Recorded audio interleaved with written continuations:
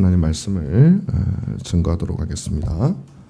자, 여러분 잘 지내셨나 모르겠어요. 비가 오기도 하고 또 어떻게 하다 보니까 늘 보이던 분들이 또 안 보이네요. 궁금하기도 하고 걱정되기도 하고 그렇습니다. 그렇지만 그래도 오늘 하나님께서 우리에게 주신 이 말씀을 통해서 여러분들이 오직 이 시간에 하나님께만 집중할 수 있는 그런 시간이 되었으면 좋겠습니다.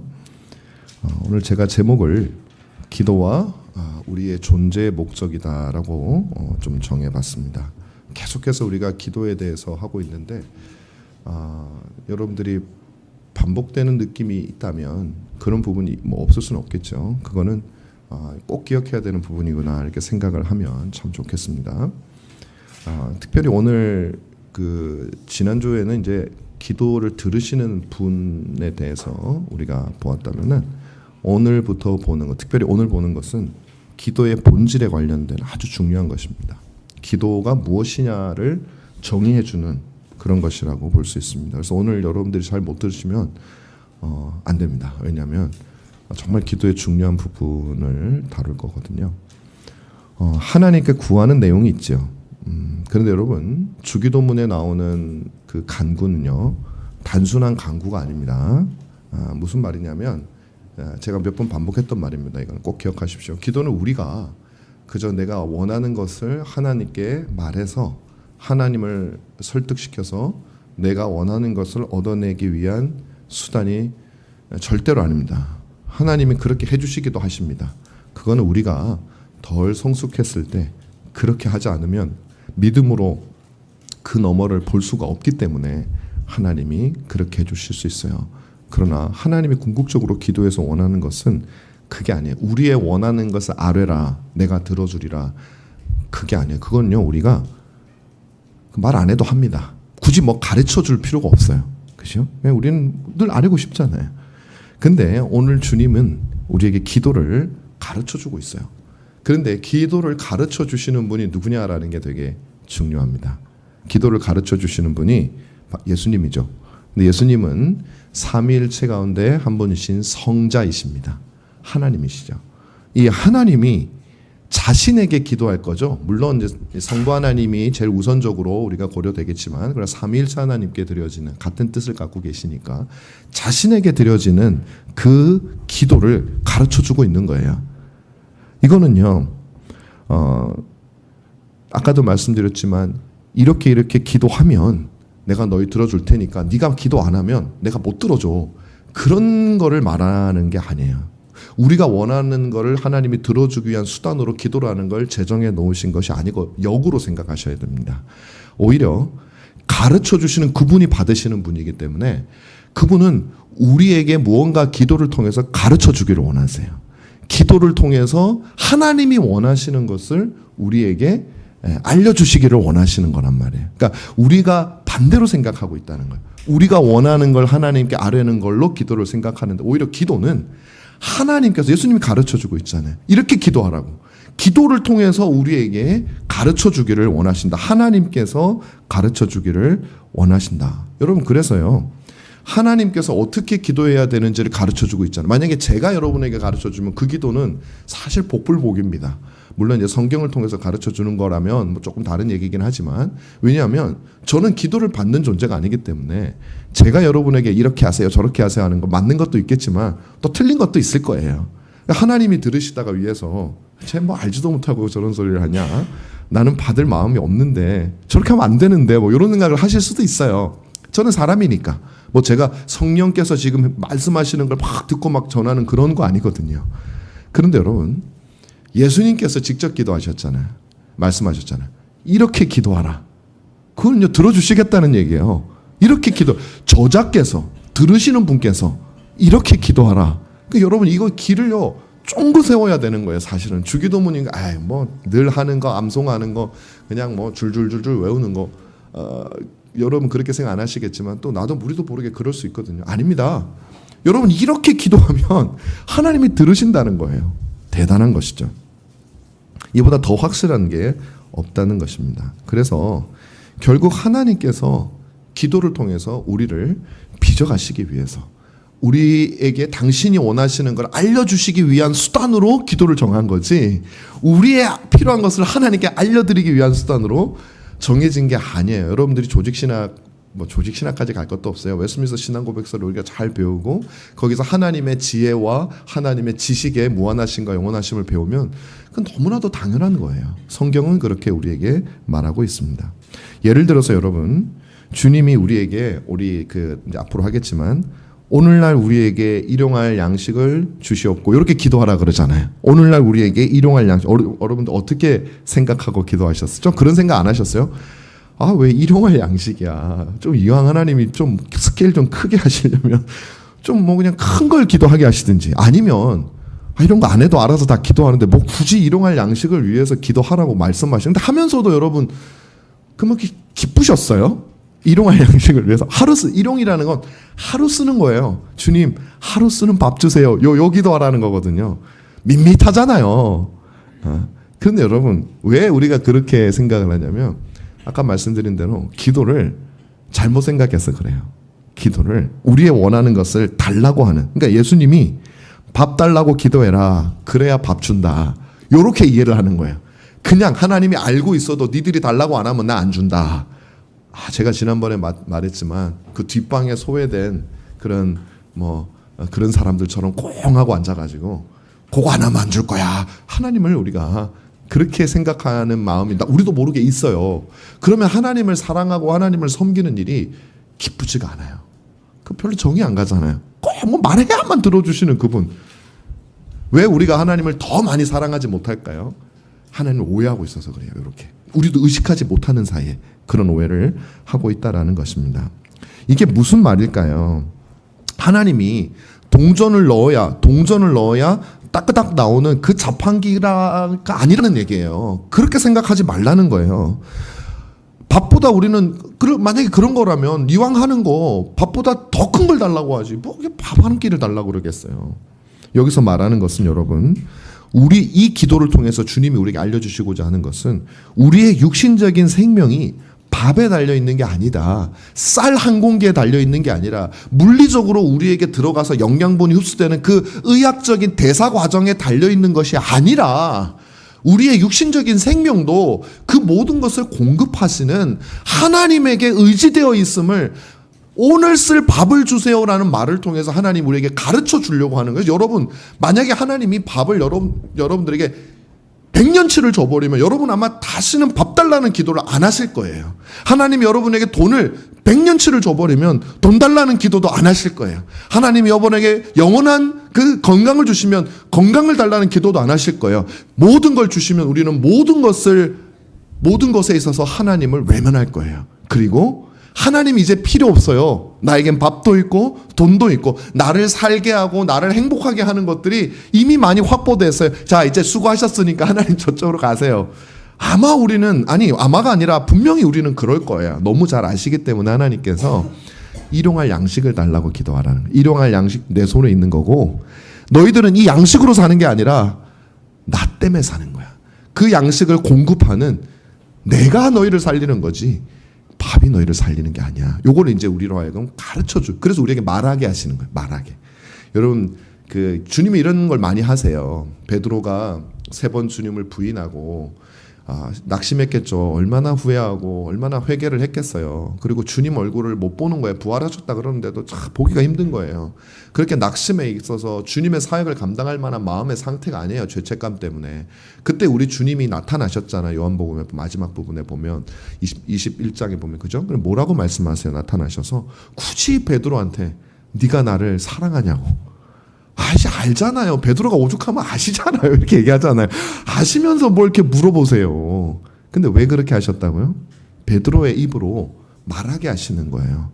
베드로의 입으로 3번 나 저 사람 몰라요, 저주스러워 했던 거를 그 입으로 3번 캔슬하게 하시는 거예요. 주님, 내가 주님을 사랑합니다. 사랑합니다. 사랑합니다. 그때 주님은 그 사랑합니다라는 말을 속에서 베드로의 상처를 치유하시고 베드로가 주님을 적극적으로 사랑할 수 있는 사람이 되도록 만드시는 거죠. 그렇게 한 다음에 베드로에게 사명을 주시면서 요한복음이 끝나잖아요.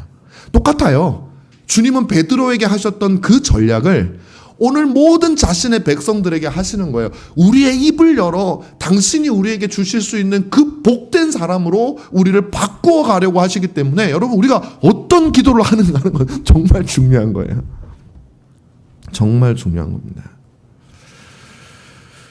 그래서 주님께서는 우리에게 이 기도를 통해서 만들어 가셔야 되기 때문에 이렇게 기도해라 라고 주님이 우리에게 말씀하시는 거예요. 그러면 주님이 우리의 소원을 들어주는 게 우리가 볼 땐 더 좋을 것 같은데 그렇잖아요. 좀 너무 주님 우리 그거 별로 원하지 않아요. 그냥 제 얘기를 들어주시고 제가 원하는 걸 들어주시면 그게 저한테는 제일 좋습니다. 여러분들 이제 그렇게 생각할 수 있죠. 근데 제가 생각할 때 바울은 아마 절대 그렇게 생각 안 했을 거예요. 성숙한 바울은. 왜냐하면 바울은 나는 죄인 중에 괴수라는 걸 너무 절절하게 깨달았거든요. 그래서 내가 원하는 것을 주님 주시면 큰일 납니다. 그래서 바울은 어떤 일이 있었어요? 자기의 안질이 있어요. 병이 있었잖아요. 그 병을 없애주기를 간구했죠. 아프니까 일단은 없애달라고. 뭐 3번 기도했다는데 뭐 더 많이 했을 수도 있어요. 그 3번이라는 의미가 많이 기도했다는 뜻이 될 수도 있고 뭐 3번 했을 수도 있고. 그때 안 고쳐주셨잖아요. 그때 바울이 뭐라 그럽니까? 뭐라 그래요? 맞춰보세요.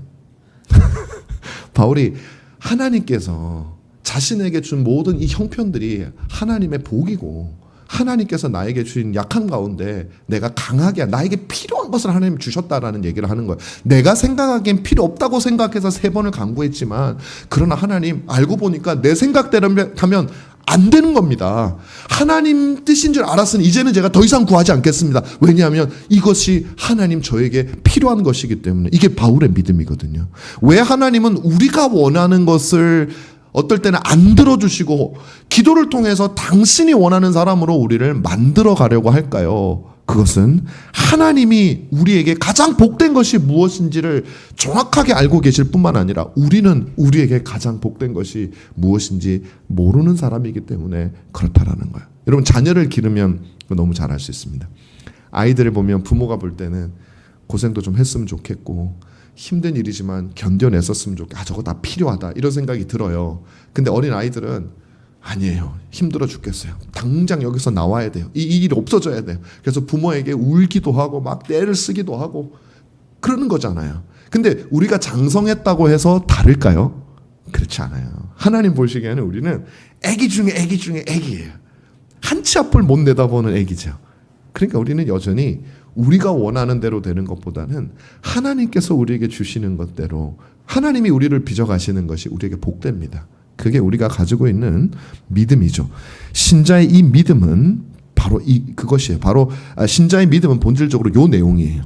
그래서 여러분 요렇게 바뀌는 걸 뭐라고 하냐면은 우리가 신학적인 용어로 회심이라 그러는 거예요. 진짜 믿음은 요 내용을 가지고 있습니다. 내가 원하는 것보다 하나님께서 원하시는 것이 더 복됩니다 라는 믿음이에요. 그게 세상을 향해서 내 마음대로 살려고 하던 사람이 터닝 어라운드에서 하나님을 향해서 바라보는 회심이에요. 돌아서는 거예요. 마음. 그게 믿음이에요. 바로 이게 회심입니다. 이 믿음을 처음 가질 때 칭의가 이루어지는 거예요. 여러분 근데 이 믿음은 사라지지 않아요. 이 방향으로 그 믿음의 방향으로 살기 위해서 애쓰는 과정이 성화라고 하는 과정이에요. 신자가 반드시 겪어야 되는 과정이에요. 그리고 이 믿음을 버리지 않는 것이 견인이에요. 견디어내는 거예요. 그리고 이 믿음이 마침내 완성을 이루는 것이 글로리피케이션이에요. 영화예요. 영화. 여러분 이 믿음은 우리 신자들의 믿음의 핵심이에요. 어떤 목사님께서 이렇게 말하는 동영상을 본 적이 있습니다. 참 재미있는 내용이었어요. 힘을 달라고 하나님께 기도했더니 하나님은 나를 강하게 만들 시련을 주셨습니다. 지혜를 달라고 하나님께 기도했더니 하나님은 내가 풀어야 될 문제를 주셨습니다. 용기를 달라고 기도했더니 극복해야 될 위험을 주셨습니다. 사랑을 달라고 기도했더니 하나님은 제가 도와야 할 상처받을 사람들을 보내주셨어요. 근데 제일 마지막 말이 기가 막힙니다. 제 기도는 모두 응답되었습니다. 무슨 말이냐? 우리는 하나님께 그냥 하나님 힘 주세요. 힘이 강한 저절로 갑자기 삼손처럼 힘이 확 생기는 것만 생각하는 거예요. 그걸 주세요. 그렇게 얘기를 해요. 하나님 나에게 지혜를 주세요. IQ가 갑자기 200이 되고 300이 되고 문제를 확 풀어버리는 사람이 되게 해주세요. 용기를 주세요. 용감한 사람이 되게 사랑을 주세요.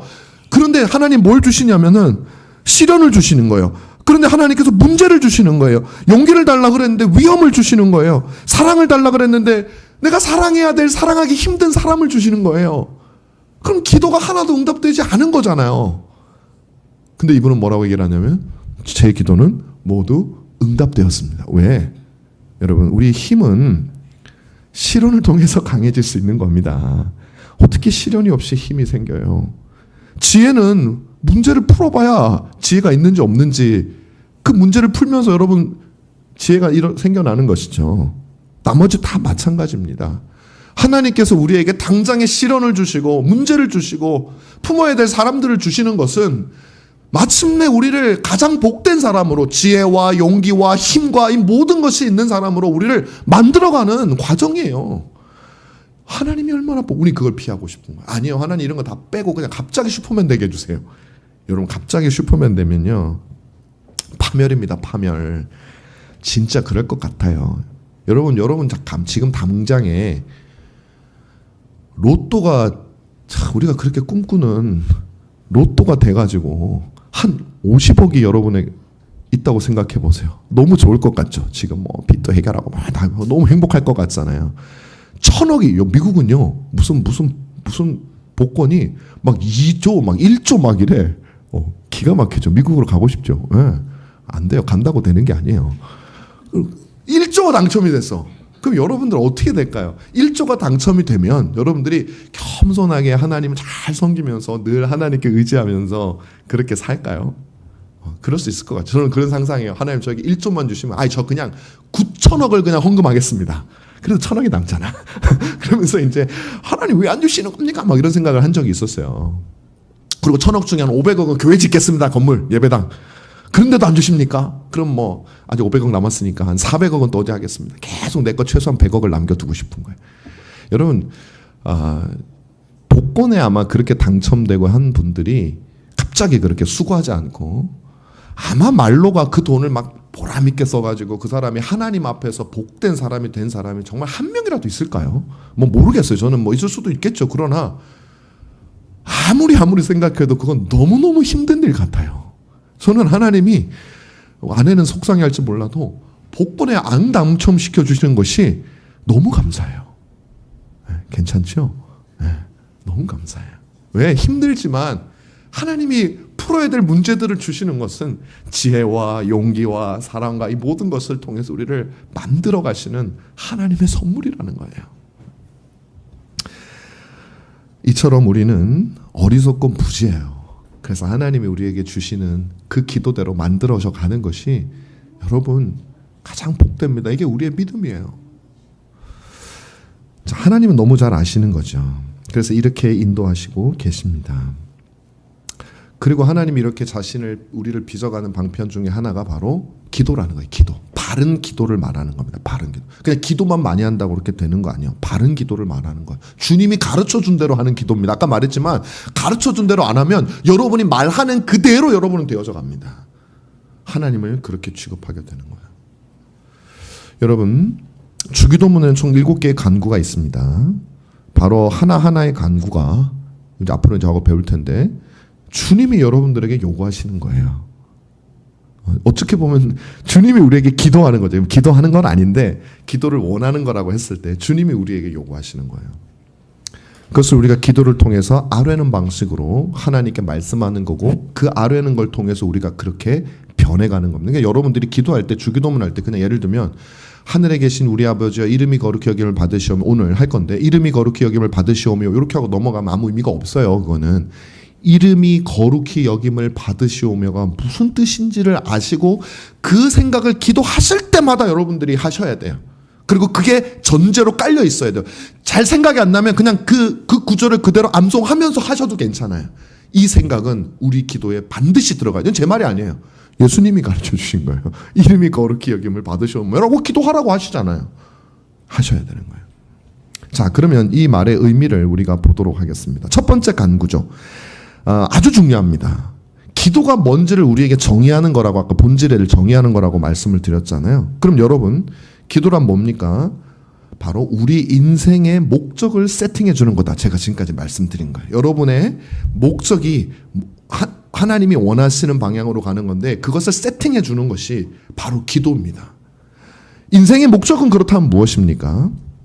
오늘 본문에 따르면 하나님의 이름이 거룩히 여김을 받는 그 일에 우리가 사용되어지는 것이 우리가 이 세상에 존재하는 목적이라고 주님은 우리에게 알려주고 있는 거예요. 너희 인생의 목적이 무엇인지 아느냐? 너희는 지금 나에게 너희의 원하는 것을 구하러 나왔지만 나는 너에게 기도를 통해서 너희가 이 세상에 존재하는 목적이 무엇인지 알려주겠다. 왜? 그래야 행복하거든요. 아니, 목적대로 돼야 행복한 거예요. 주님이 우리를 써먹으려고 그러는 게 아니에요. 우리를 행복하게 해주시려고 그러는 거예요. 웨스민스터 대소일의 문답은 사람의 제일 되는 목적이 무엇이냐고 묻고 하나님을 영화롭게 하고 영원토록 그분을 즐거워하는 것이다. 이건 우리가 귀에 못이 박히도록 외우지만 생각을 하셔야 돼요. 늘 이게 우리 생각 속에 잠재되어져 있어야 됩니다. 여러분 뭘 하시든지 먹든지 마시든지 무슨 일을 하든지 주의 뭘 위하라? 영광을 위해서 하라. 이게 우리 안에 이게 막 피에 막 흘러야 돼요. 그래서 요리문답을 가르치고 하는 거예요. 설교 한 번 하고 지나가는 게 아니라 반복하는 거예요. 기도할 때도 그거 하라는 거예요. 하나님의 이름이 거룩히 여김을 받아 주시옵소서. 저를 통해서. 사랑하는 여러분, 기도는 우리 인생의 목적이 여기에서 벗어나지 않도록 해주는 것이 기도예요. 기도하지 않으면 반대로 우리의 인생은 하나님의 이름을 거룩히 여김을 받도록 하는 그 일에서 벗어나서 나의 이름이 거룩히 여김을 받으시오며라고 하는 방향으로 우리 인생을 살 수밖에 없다고요. 이렇게 기도하지 않으면. 교회 나오면 되지 않냐고 어떤 분들은 얘기할 수 있어요. 기도하면 그냥 어떻게든 기도만 하면 되지 않습니까? 찬양을 열심히 하면 되지 않습니까? 물론 그것도 굉장히 좋은 것이죠. 그렇지만 이 마음이 우리 안에 깔려있지 않으면 기도를 하던 찬양을 하던 나 중심이에요. 하나님을 움직여가지고 나를 중심으로. 그럼 누구의 이름이 거룩히 여김을 받는 거? 내 이름이 거룩히 여김을 받는 거죠. 내 이름이 영광을 받는 거죠. 제가 무슨 말 하는지 아시겠어요, 여러분? 되게 중요한 거예요. 우리가 이 의식을 하지 않고 신앙생활을 하더라도 그것은 하나님의 이름이 우리로 인해서 거룩히 여김을 받는 게 아니라 하나님의 능력을 사용해서 내가 존귀하게 받기 위한 신앙생활을 할 수 있단 말이에요. 이 두 가지가 되게 어려워요. 같이 간다고요. 이게 이 인간의 부패성 때문에 그래요. 신앙생활 내내 같이 다녀요. 우리가 분별력 있게 하지 않으면 어느 순간 나는 주를 위해서 일을 하고 있다고 생각하는데 알고 보니 내 이름이 거룩히 여김을 받으시오며 왜 그럴까 생각했더니 내가 주의 이름이 거룩히 여김을 받으라고 기도한 적이 거의 없었어요. 내 기도를 생각해 보니 눈을 감자마자 주님 아버지 들어주시옵소서, 이거 해주시옵소서, 저거 해주시옵소서. 그게 우리 마음이 표출이 되는 거거든요. 기도는 그걸 바로 잡으라는 거예요. 방향을 바로 잡으라는 거예요.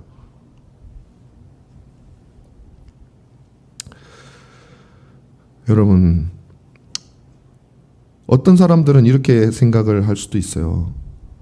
제가 그냥 교회에서 아까 말했지만 가끔 제가 기도할 때 하나님 영광 받아 주시옵소서, 찬양으로 주님 제 영광을 다 드립니다, 심지어는 제 생명도 주님께 바칩니다, 주 없이 저는 못 삽니다, 이렇게 찬양하면 주님이 그때 이름이 거룩히 받으시는 거 아닌가요?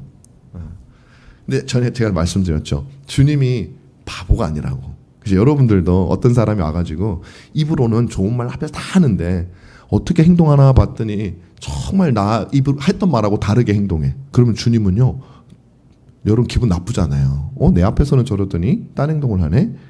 우리가 똑같아요. 우리가 주일날은 주님의 이름이 거룩히 여김 받으시옵소서라고 얘기를 하지만 일주일에 삶 동안 하나님의 영광과는 거의 상관없이 내가 누릴 것들만을 생각하면서 누리다가 주일날 예배 시간이라고 하는 세레모니 시간에 그렇게 하면 마치 내가 하나님의 영광을 위해서 주의 이름을 거룩히 여김을 받게 하는 삶을 살고 있다고 생각을 한다면 완전히 오산이에요. 왜냐하면 하나님의 이름은 그런 식으로 영광이 받아지는 게 아니기 때문에 그래요. 우리가 영광 받으세요. 그럼 주님이 알았다 이렇게 받는 게 아니기 때문에 그래요. 이거를 깨달아야 돼요. 오늘 우리들은. 그래야 여러분들의 인생이 타겟을 벗어나지 않는 인생을 살 수가 있는 겁니다. 그게 복된 거예요, 여러분. 시계는요, 만든 그 주인의 의도에 따라 사는 것이 가장 복됩니다. 그 의도에 따라 안 살면 부서지는 거죠, 뭐. 시계가 시간 맞추라고 해놨더니 막 시간을 안 맞추고 막 맨날 노래나 부르고 있고 그러면은 그 시끄러워서 어디 차고 다니겠어요? 그럼 버리는 거예요. 복된 것은 만든 이의 뜻을 따라 사는 것이죠. 자, 그러면 여러분, 결국 이 기도는 누가 할 수 있습니까?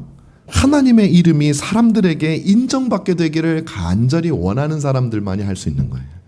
아무나 할 수 있는 게 아닙니다, 여러분. 그들은 하나님의 이름이 인정받지 못하는 것을 보면서 마음 아파하는 사람들이 기도를 할 수 있는 거예요. 진짜 기도. 주님이 가르치신 기도. 이게 진짜 기도예요, 여러분. 나머지는 뭐라고요? 이방인들의 중언부언하는 기도예요. 그래서 너희는 이렇게 기도하라고 말씀하시는 거잖아요. 주님의 이름이 영광 받기를 나로 인해서 또 세상 가운데서 거룩하게 되기를 간절히 원한다는 그 사람들만이 하나님께 기도할 수 있는 사람이에요. 자, 여러분, 그런데 하나님이 이름이 거룩히 여김을 받으시오며라고 하는 이 말의 의미가 굉장히 이제 중요한데요. 예수님은 하나님의 이름이 거룩하게 되기를 원합니다라고 얘기를 하지 않았어요.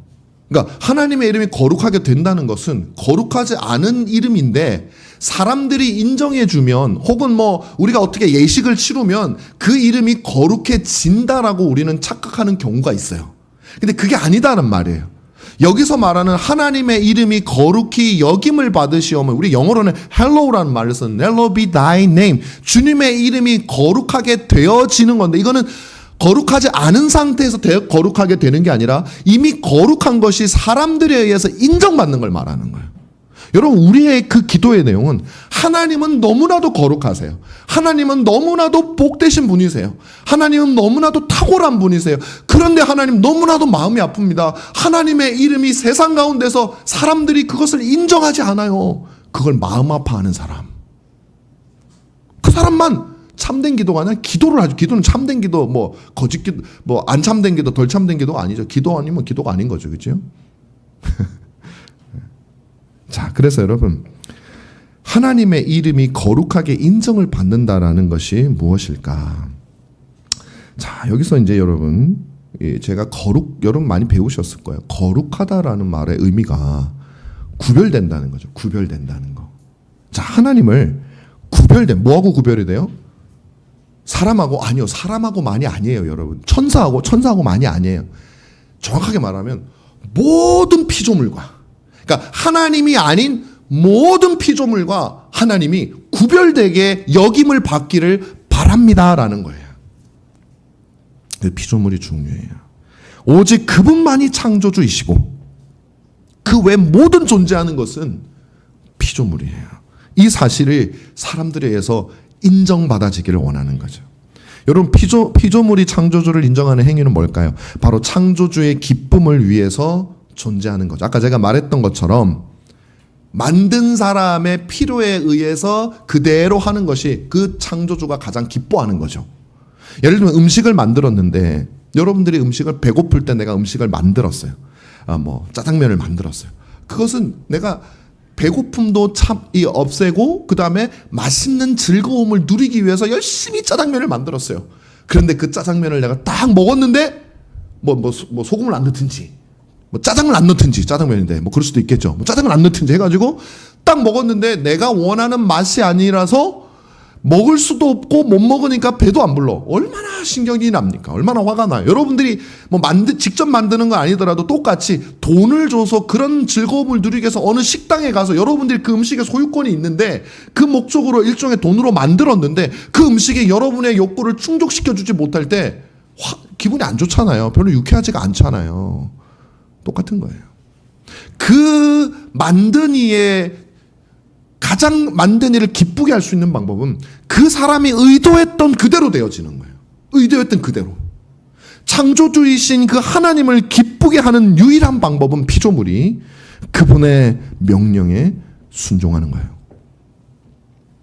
제가 여러분들한테 명령 뭐 우리 십계명도 읽고 막 그러잖아요. 그래서 아마 우리 이제 교회 많이 안 나오시고 많이 안 나왔다기보다 처음 오시고 오신 지 얼마 안 되시고 이런 분들은 조금 안 좋게 생각하실 수도 있어요. 이거 뭐 이렇게 계명 또 부담을 주고 그래 뭐 이렇게 생각하실 수도 있어요. 근데 그래서 부담 드리려고 그러는 게 아니라 오히려 여러분들에게 도움을 드리려고 그러는 거예요. 왜? 하나님의 명령이 뭔지를 알아야 우리가 그분을 그분의 이름이 거룩히 여김을 받도록 할 거 아니에요. 순종할 거 아니에요. 그래서 이 순종은 절대적인 순종을 말하는 거예요. 모든 피조물의 판단과 전통과 관습과 상식을 여러분 뒤로 하는 순종을 말하는 거예요. 이게 어려운 거예요. 내 상식에 맞는 거 순종하는 거는 별로 어렵지 않아요. 근데 그거 부딪힐 때, 우리 사회의 통념과 부딪힐 때, 우리 집안의 전통과 부딪힐 때, 내가 지금까지 가지고 있는 그 윤리체계와 부딪힐 때 어떡하냐 말이에요. 이거를 그때 순종하는 걸 말하는 거예요. 그러려면 뭐가 필요해요? 절대적인 신뢰가 필요해요. 하나님한테 대한 하나님에 대한 절대적인 순종과 절대적인 신뢰, 바로 이것이 피조물이 하나님의 이름을 거룩히 여기도록 만들 수 있는 방법이다 이 말이에요. 먼저 순종입니다. 하나님의 뜻에는 두 종류의 뜻이 있어요. 어떤 뜻이 있냐면 명시적인 뜻이 있죠. 우리가 십계명이나 산상수훈 같은 데서 나타나는 그런 뜻을 말하는 겁니다. 또 하나가 뭐가 있냐면 감추어진 뜻입니다. 우리 삶 속에서 일어나는, 그게 하나님의 뜻이라는 건 하나님이 그것을 좋아하신다, 하나님이 그것을 옳다고 윤리적으로 그 뜻이 아니라 하나님이 그 일이 일어나기를 원하셨다라는 거예요. 그건 우리의 불행이나 악도 포함이 되어져 있어요. 하나님 막지 않으셨기 때문에 일어났으니까. 그것도 하나님의 뜻이에요. 여러분에게 일어나는 모든 일들을 말하는 거죠.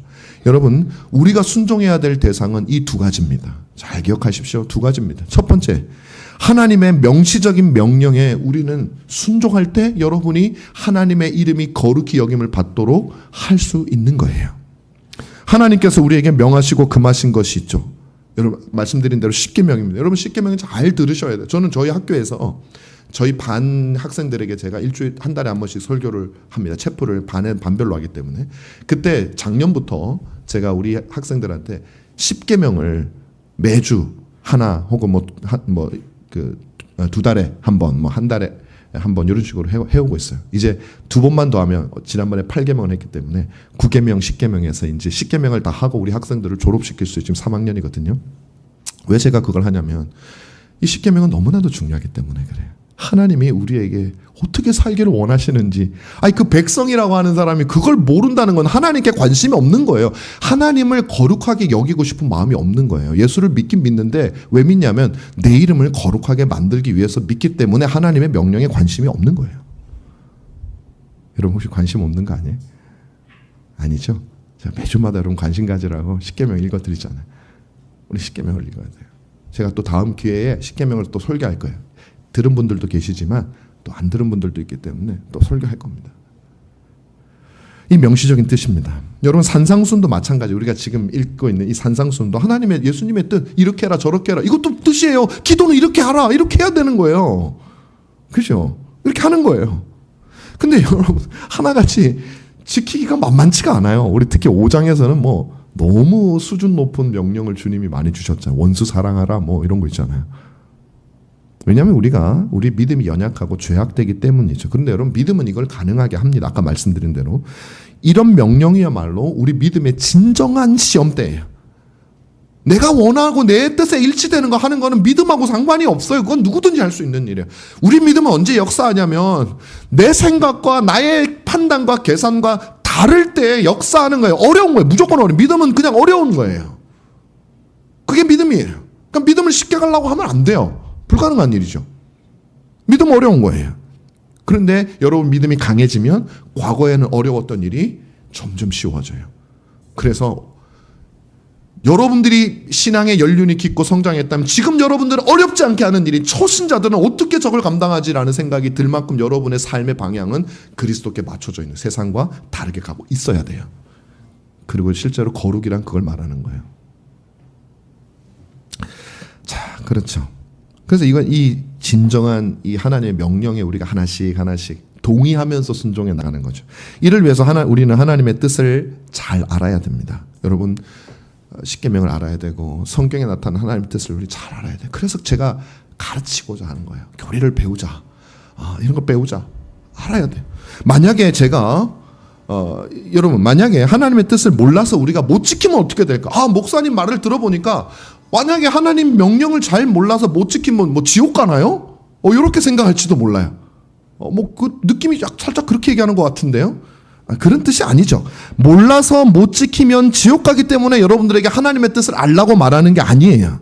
믿음이 있다면 그리스도의 보혈이 우리가 못 지켜도 그 부분을 용서해 주기 때문에 그리스도의 보혈이 있는 거예요. 우리가 다 지켜서 가는 게 그렇기 때문에 여러분들에게 우리가 반드시 알아야 된다라고 얘기를 하는 게 아니에요. 그런데 여러분 반드시 아셔야 됩니다. 우리가 하나님에 대한 명령, 하나님이 우리를 향한 명령을 아는 것은 우리의 구원과도 직결되는 문제예요. 그럼 모순되게 들릴 수 있잖아요. 아니요, 모순되지 않습니다.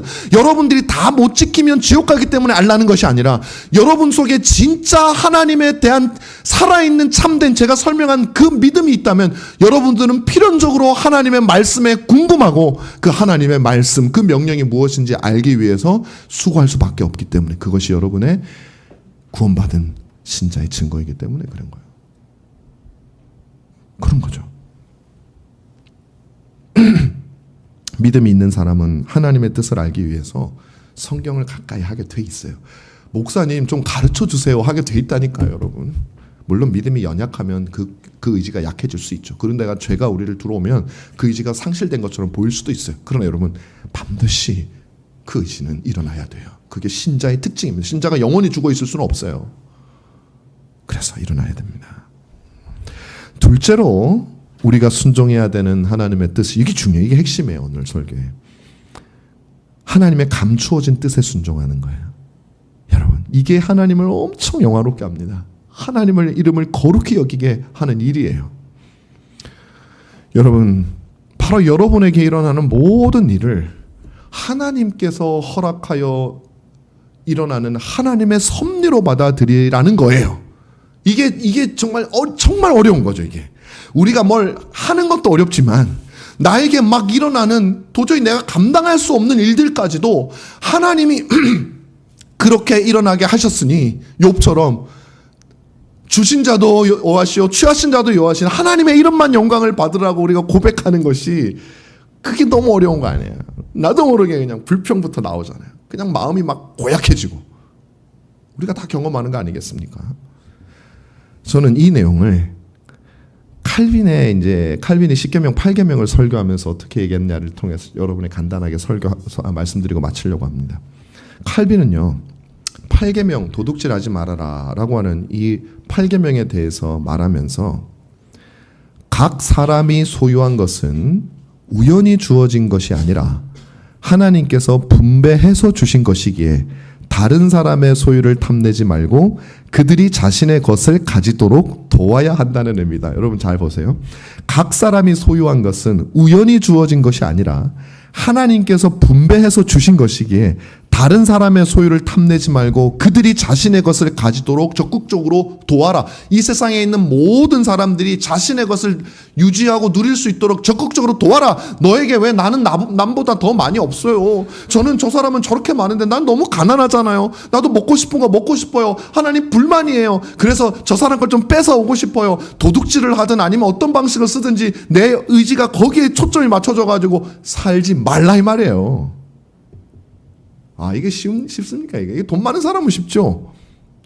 상위 1%는 맞아요. 하나님 주님이 주셨습니다. 그러니까 제가 마음대로 쓸게요. 근데 없는 사람은 하위 1% 어떻게? 하위 1% 이 마음 가질 수 있어요? 우연히 주어진 것이 아니라 하나님이 분배해서 주셨으니까 탐내지 말고 그들이 다른 사람이 자신의 것을 가지도록 도와주기나 하라. 이렇게 얘기해요. 여러분 빌립보서 4장 11절에서 13절에서 보면 사도 바울은 자신이 자족하기를 풍부에 처하거나 궁핍에 처하거나 어떤 일에 있든지 자족하기를 배웠다라고 얘기를 하잖아요. 근데 이 자족한다는 말은 여러분 우리가 미래에 하나님께서 많은 것을 주실 것을 기대하고 현실을 조금 힘들고 이건 되게 불행한 건데 미래에 주시겠지 믿습니다 하면서 버티어내라라는 그런 뜻이 아니에요. 우리는 보통 그렇게 해석합니다. 보통 우리가 목사들도 신방을 가가지고 성도들이 곤경을 처하고 사업이 망하면요 그 속에서 어떻게 소망을 주냐면 하나님이 일으켜 세우실 겁니다. 하나님이 이 사업의 어려움을 통해서 더 크게 사업에 성공하도록 하실 겁니다. 이런 식으로 많이 설명을 해요. 다는 아니겠지만 많이 설명을 해요. 그럼 성도들은 위안을 받는 거예요. 아멘, 아멘 하는 거예요. 또 하나님이 더 크게 해주신다니까. 여러분, 이건 하나님의 이름이 거룩히 여김을 받는 게 아니에요. 왜냐하면 그가 기뻐하는 것이 하나님 때문입니까? 사업 성공 때문입니까? 사업 성공 때문에 기뻐하는 거잖아요. 사업은 세상에 속한 거죠. 피조물에게 속한 거죠. 피조물이 피조물에게 속한 것으로 인하여 기뻐하는 거지, 피조물이 눈에 보이지 아니하시는, 그러나 모든 보이는 그 어떤 것보다도 탁월하신 그 하나님을 향한 믿음을 가지고 기뻐하는 게 아니에요. 이건 초자연적인 믿음이 없잖아요. 너무 내추럴한 거잖아요. 그건 하나님의 이름이 별로 거룩히 여김을 받지 않아요. 어차피 얘는 나한테 관심도 없고 내가 주는 재물이 있어야 행복하다는데? 그럼 사람들이 그걸 보고 하나님을 영광을 돌리지 않아요. 재물에게 영광을 돌리는 거예요. 결국에는 재물이 하나님이십니다, 이 뜻인 거예요. 그러니까 그거는 하나님의 이름을 거룩하게 하지 않습니다. 피조물을 통해서 만족을 누리려고 하는 것이기 때문에 그런 거예요. 여기서 빌립보서에서 말하는 것은 지금 나에게 있는 소유는 하나님께서 나에게 주신 것이다. 하나님께서 나에게 조금 주셨다면 거기에는 다 선한 뜻이 있다. 반면에 다른 사람이 부유한 것은 하나님이 그에게 많이 주셨다. 그러니 우리가 탐내거나 질투하거나 그렇게 뺏어오거나 그러지 말자. 오히려 그들이 혹은 다른 사람들이 자신의 소유를, 하나님이 주신 소유를 잘 가질 수 있도록 내가 수고하자. 이 태도를, 이 마인드셋을 가지라는 거예요. 반면에 부유한 사람은 하나님께서 나에게 많은 것을 주셨다. 이것은 나의 노력의 산물이기보다는 하나님께서 나에게 허락하여 주셨기 때문에 내가 가진 것이다. 내가 잘나서 가진 게 아니다. 그러므로 나는 이것을 나의 유익만을 위해서 사용할 것이 아니라 이 세상을 향하신 하나님의 뜻에 맞게, 다시 말하면 또 다른 사람들이 자신들의 소유를 충분히 누릴 수 있도록 돕는 일에 내가 써야겠다. 이 두 가지 마음을 가져야 되는 거예요. 이거는 피조물을 신뢰하는 게 아니라 하나님을 신뢰하는 거예요. 여러분 생각해 보세요. 가난한 신자가 이런 마음으로 자신이 연약한 다른 사람들 같으면 불평하면서 그냥 불행해가지고 어쩔 줄 몰라 하는 그 상황 속에서 그 사람이 하나님이 나에게 이런 형편을 두신 것은 다 이유가 있을 것이다. 그렇다면 이 형편 속에서 나는 하나님을 향해서 무엇을 일을 해야 될까? 이 형편 속에서 만나는 사람들에게 그들이 그들의 소유를 가질 수 있도록 나는 무슨 노력을 해야 될까? 칼빈은 뭐라고까지 얘기를 하냐면, 도둑질 하지 말라는 것은 여러분들이 물질적으로 다른 사람들에게 어떻게 주냐 뺐냐 그 얘기일 뿐만 아니라 여러분들이 세상 속에서 여러분들에게 주어진 역할을 성실하게 감당하라는 뜻도 됩니다. 왜냐하면 여러분들이 그 일을 성실하게 하지 못해서 여러분 다른 사람들이 그 의무를 행하거나 혹은 여러분들 때문에 여러분 회사든지 누구든지 어떤 손해를 보게 된다면 그것이야말로 다른 사람의 것을 쟁탈하는 겁니다. 훔쳐오는 겁니다. 이렇게 얘기를 하는 거예요. 그러면 우리는 어떻게 하라고요? 내가 가난해요. 내가 어떻게 직장 생활 하다가 억울하게 좌천됐어요.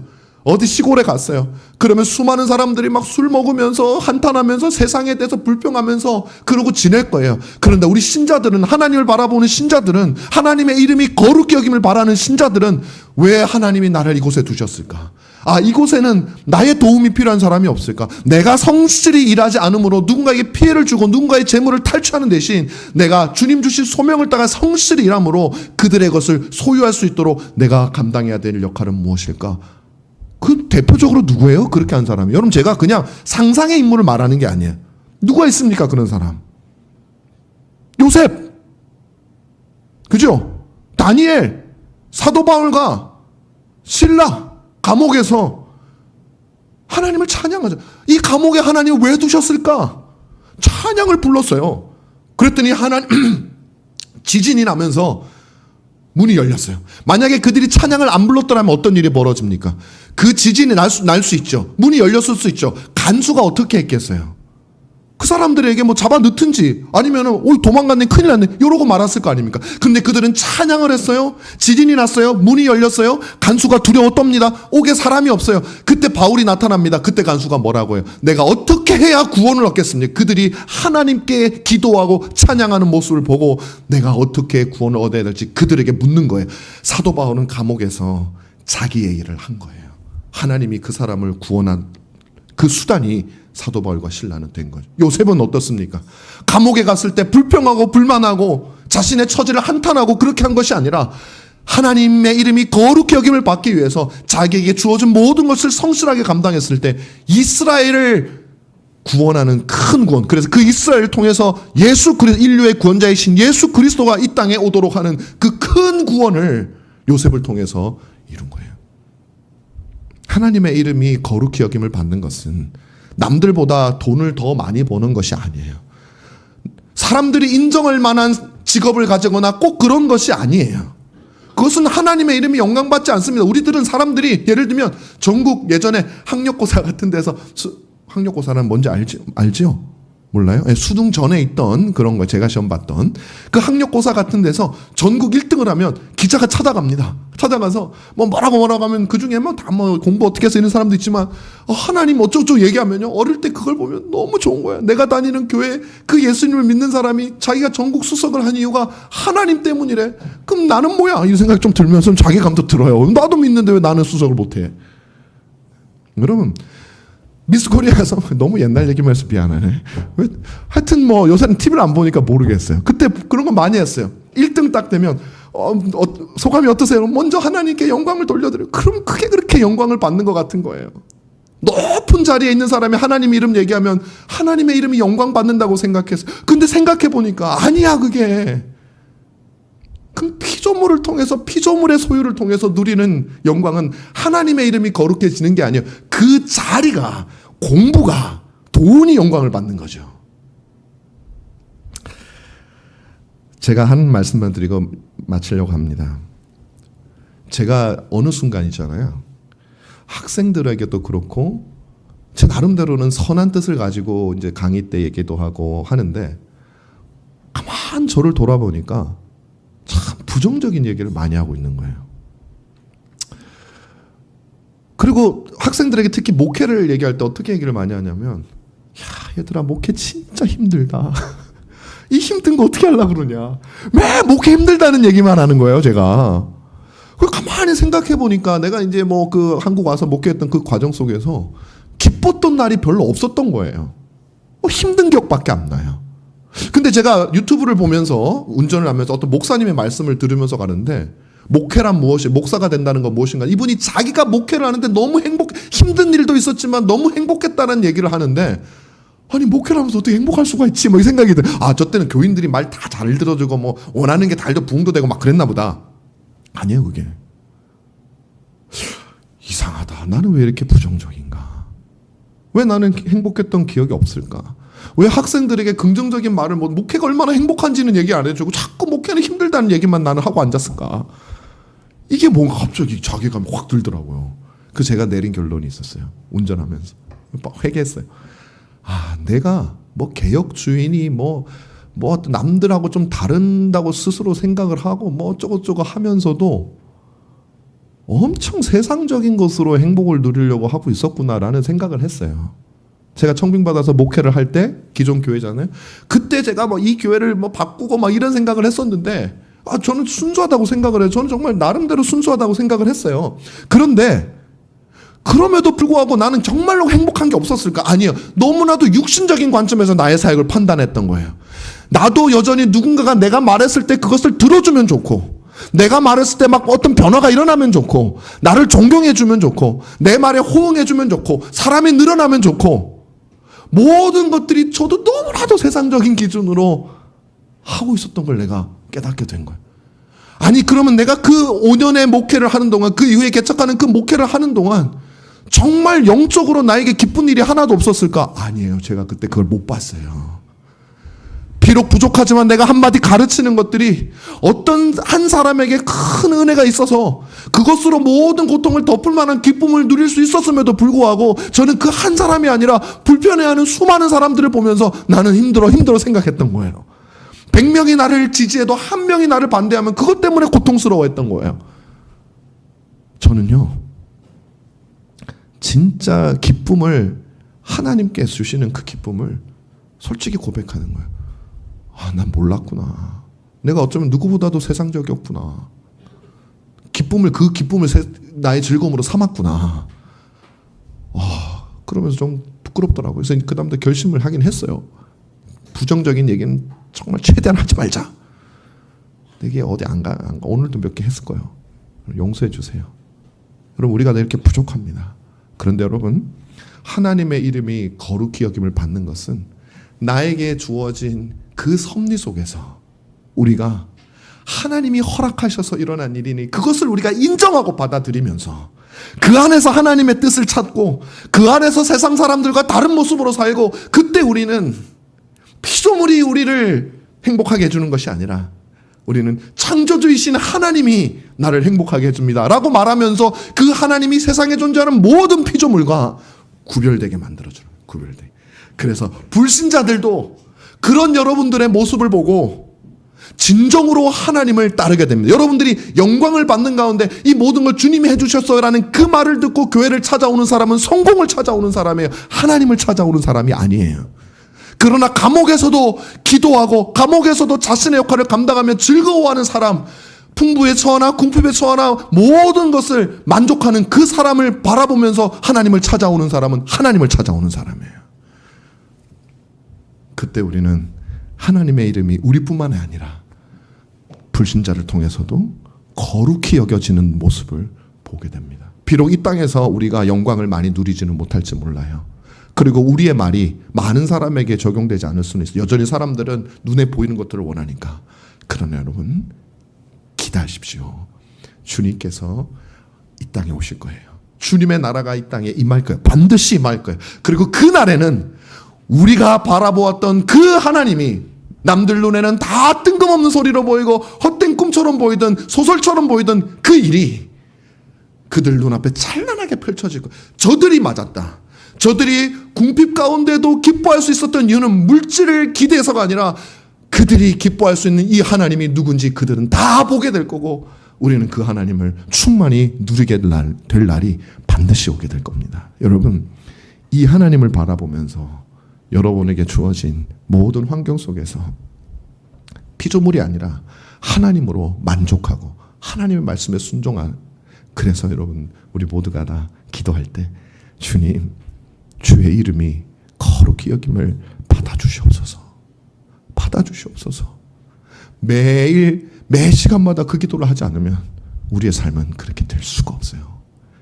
기도를 통해서 그렇게 여러분을 만들어 가시는, 그래서 기도는 뭐라고요?